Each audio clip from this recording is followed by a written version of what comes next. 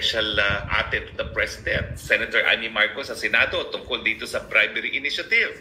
Pagtagni-tagnain natin ang ebidensya. Unang pinaka-importanting ebidensya, nagpulong ang mga di umano nasa likod ng pirma kasama si Speaker Martin Romualdez sa pamamahay nito sa Forbes Park. Ano ibig sabihin nito? Well, dati-dati kasi kung todo tanggi ang Speaker na makinalaman siya dito sa bribery initiative.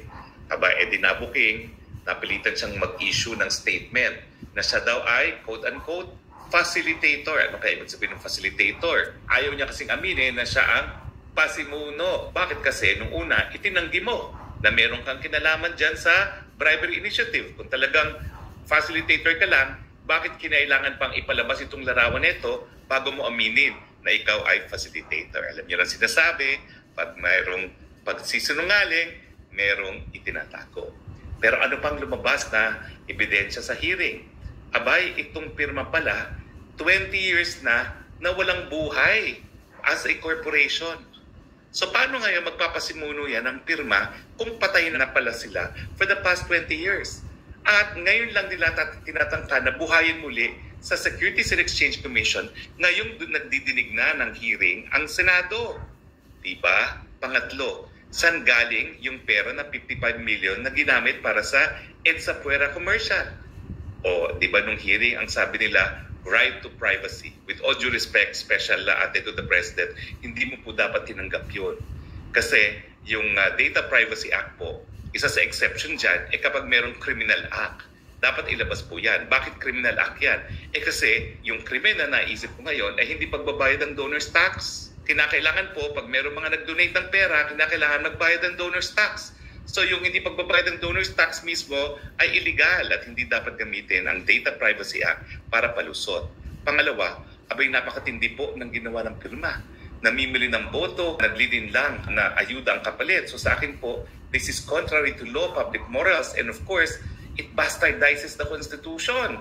So dapat po yan mailabas. Kung ako si Special Ate to the President, ipapakontempt ko yan kapag yan ay hindi nagsabi kung sino yan. Dahil investigasyon po ng Senado, that is plenary in character, hindi po dapat ini-invoke ang right to privacy. Siguro po pwede ang right against self-incrimination, yung idadawit mong sarili mo sa krimen. Pero ang privacy ay doubted po kasi public talaga ang hearing dyan at saka hindi naman po data privacy hinihingi dyan. At tinatanong natin talaga ay kung sino ang nagbigay ng donasyon na meron tayong karapatan malaman. Kasi tinitingnan nga natin kung itong bribery initiative ay nanggaling nga sa taong bayan o nanggaling sa politiko. So ano pa ang ebidensyang nakalap? Well, syempre, nandyan na yung email na siniwalat ni Super Ate to the President na nanggaling sa tanggapan ni Mr. Speaker na nagbibigay direksyon sa lahat ng mga kongresista na kinakailangan kumuha na sila ng 3% na pirma sa kanilang mga distrito dahil kinakailangan nga po 12% nationally tsaka 3% per district. Meron pang ACA. Siyempre, ang dami ng testigo na nagsabi na nung pinapirma sila, yan daw ay para sa ayuda. Siyempre, sino ba naman ayaw sa ayuda kaya pumirma sila. Pero ang lumabas ngayon sa Senado, abay meron pa palang pondo, 27 billion ACA. Wala ito doon sa National Expenditure Plan. Ito yung sinimutin ng Malacanang sa Kongreso. Wala ito doon sa Final Appropriations Bill, no, as approved by both houses.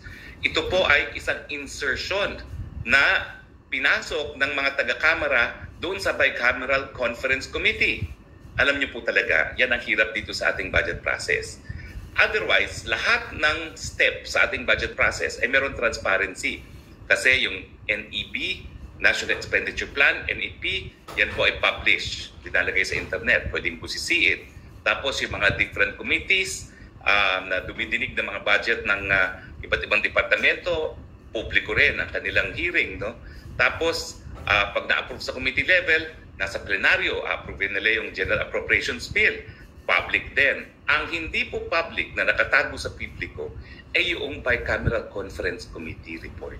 Diyan po tinanggal ang confidential fund ni Inday Sara Duterte. Dahil yan po ay naging recommendation nga ng small committee sa Kamara matapos maaprubahan na ng plenary yung General Appropriations Bill. At apparently, hindi alam ng senador na merong akad. Bakit naman sila papayag? Nakalagay doon sa insertion na yon na tanging si Mr. Speaker lang ang po pwedeng magdesisyon kung kanino ipadadaan itong akat na ito.